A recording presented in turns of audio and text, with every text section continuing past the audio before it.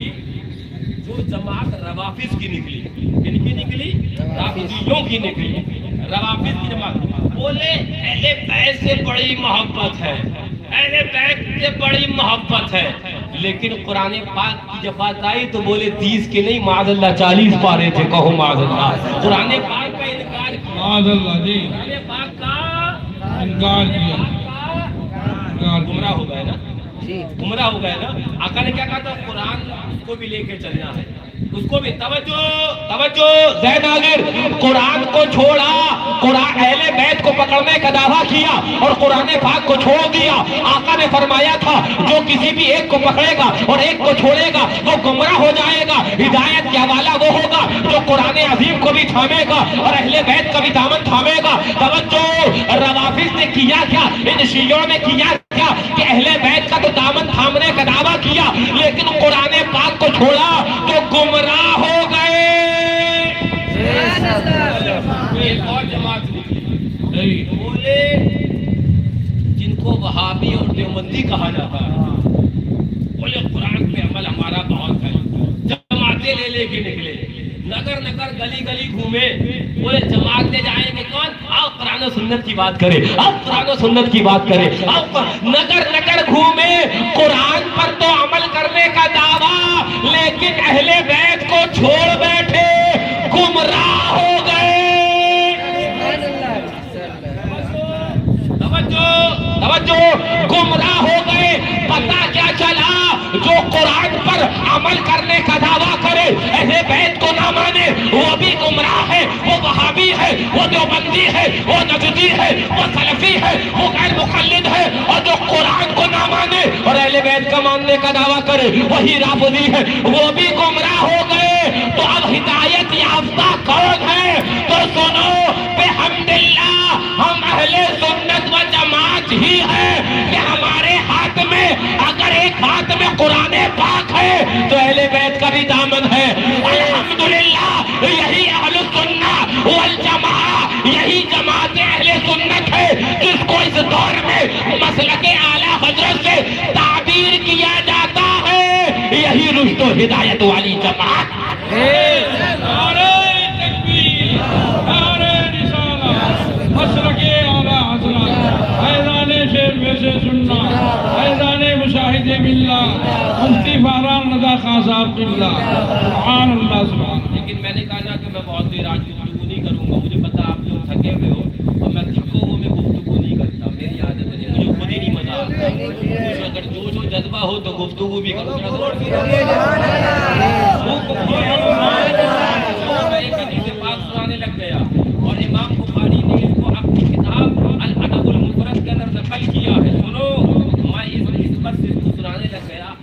آج ہمارے کرم فرما جناب مولانا قاری جاوید صاحب حشمتی، اللہ تعالیٰ ان کی خود سے مدد فرمائے، اور ہمارے بھائی حشمتی ان کی والدہ کی فاتحہ سالینہ ہے نا، جس کے اندر ہم بیٹھے ہیں۔ یہ اہل سنت کا وہ دیرینہ رویہ ہے کہ ماں کو یاد کریں کہ باپ کو 1 سال کے بعد یاد کریں، لیکن محفل تو حضور پاک کے نام بے شک بے شک، اس لیے کہ لا و رب العرش جس کو جو ملا آقا تم سے ہی تو ملا، بڑھتی ہے کونین میں نعمت رسول اللہ کی۔ امام بخاری نے ایک حدیث نقل کری، میں نے شاید آج سے پہلے یہ حدیث نہ سنائی ہو لیکن آج سنانے لگ گیا۔ سنو، فرماتے ہیں سمعت ابا ہریرہ، راوی کہتے ہیں میں نے حضرت ابو ہریرہ رضی اللہ تعالیٰ سے سنا، ما سمع بی احد یہودی ولا نصرانی الا احبنی۔ فرماتے ہیں حضرت سیدنا ابو ہریرہ رضی اللہ عنہ صحابی ہے نا، بہت سے احادیث ان سے مروی ہے، فرماتے ہیں کہ میں اگر کسی یہودی سے اگر کوئی بات کیا کرتا یا کسی نصرانی سے، توجہ ذہن حاضر، کسی نصرانی سے کوئی بات کیا کرتا، ہر یہودی نصرانی میری بات اگر سنتا تو اسلام لے آتا، اسلام قبول کر لیتا، دین میں آ جاتا۔ میری بات کے اندر رب نے اتنی تاثیر رکھی، بھیا جگاؤ دیجئے وہ تو تاثیر بات میں مائک کی تاثیر ختم ہو گئی۔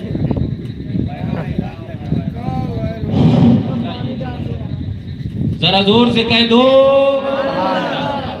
تھوڑی جو گفتگو ہاتھ پکڑ ذرا جھوم کے کہہ دو. ہاں کبھی کبھی پکڑ پکڑ کے بھی سنانا پڑتا ہے نا. تو کیا فرماتے ہیں حضرت سیدنا ابو ہریرہ رضی اللہ عنہ کہ میں اگر میری زبان کے اندر محبوب پاک کے صدقے کے اندر محبوب کائنات یعنی میرے آقا کے صدقہ و طفیل میں میرے رب نے وہ تاثیر رکھی تھی, اگر میں یہودی سے کوئی بات کرتا یا نصرانی سے کوئی کلام کرتا وہ میری بات کو قبول کر کر اسلام لے آتا, اسلام اپنا لیتا, وہ مسلمان ہو جاتا. آگے فرماتے اِنَّا اُمِّي كُنْتُ أُرِيدُهَا عَلَى الْإِسْلَامِ فَتَابَ. لیکن میری ماں جب میں اپنی ماں سے کہتا کہ ماں اسلام لے آ, میری ماں اسلام نہیں لاتی, فتابہ انکار کر دیتی. حضرت سیدنا ابو ہریرہ رضی اللہ تعالیٰ عنہ, امام بخاری اپنی کتاب الادب المفرد میں اس حدیث کو نقل کر رہے ہیں. کیا فرماتے میں کسی یہودی یا نصرانی جس سے بھی کلام کرتا گفتگو کرتا وہ میری بات پر تسلیم کر کر وہ ایمان لے آتا, لیکن فرماتے میری ماں جب میں اس سے کہتا کہ ماں ایمان لے آ تو وہ فتابہ تو ماں انکار کر دی تھی. اب ماں تو دل میں درد تو رہا. فرماتے ہیں حضرت ابو ہریرہ رضی اللہ تعالیٰ بہت سوچا سمجھا کہ کیا کرے, تو ذہن میں آیا آقا کے در پاک پر چلو چلتے ہیں. قاری جاوید صاحب ذرا زور سے. حضرت سیدنا ابو ہریرہ رضی اللہ عنہ فرماتے ہیں میں نے سوچا فَقُلْتُ لَهَا, فرماتے میں نے اپنی ماں سے تو بہت بار کہا کہ ایمان لا, فرماتے ہیں فَآتَيْتُ النَّبِيَّ صلی اللہ علیہ وسلم. بولے میں نے پھر سوچو بچار کر کے یہ فیصلہ کیا کہ چلو اے ابو ہریرہ جب کہیں نہ بنے تو پھر در مصطفیٰ پہ چلے آیا کرو, جب کہیں نہ بنے تو در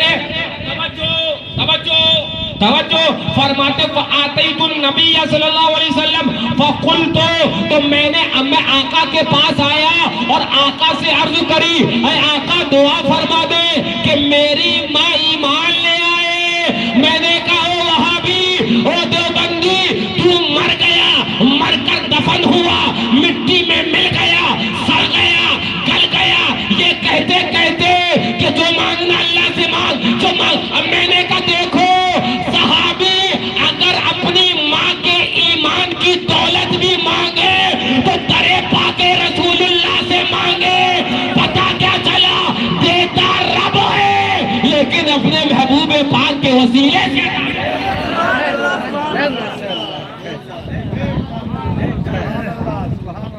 سمجھ میں آیا؟ ہاں تقدیر نہیں, میں تو اپنی تقدیر کو درسگاہ بنا دیتا ہوں. الحمدللہ سرکار شیر پیش سنت کا وہ فیضان, ہاں وہ کرم ہے, وہ فیضان ہے کہ میں تو بہت جگہ بغیر میچ کے بھی 2-2 گھنٹہ قبول کیا, اس لیے کہ میرے جد امجد حضور شیر پیش سنت مظہر اعلیٰ حضرت ہے نا, جانشین اعلیٰ حضرت ہے نا, ولد مرافق اعلیٰ حضرت ہے نا, امام المناظرین غیظ المنافقین. آج کچھ سرکار شیر پیش سنت کی عظمت پر حملہ کر رہے ہیں. میں نے کہا اگر سرکار شیر پیش سنت کی عظمت کو سمجھنا ہے اس دور کے کسی اوسبی کو نہ سنو. اگر عظمت شیر سنت سمجھنا ہے تو چلے آؤ دربار اعلیٰ حضرات, تو چلے آؤ دربار مفتی اعظم فرمائے وہ شیر پیش سنت ہے جو تنہا انہوں نے کام کیا ہے. اما 150 مولوی مل کر بھی وہ کام نہیں کر پائے گا.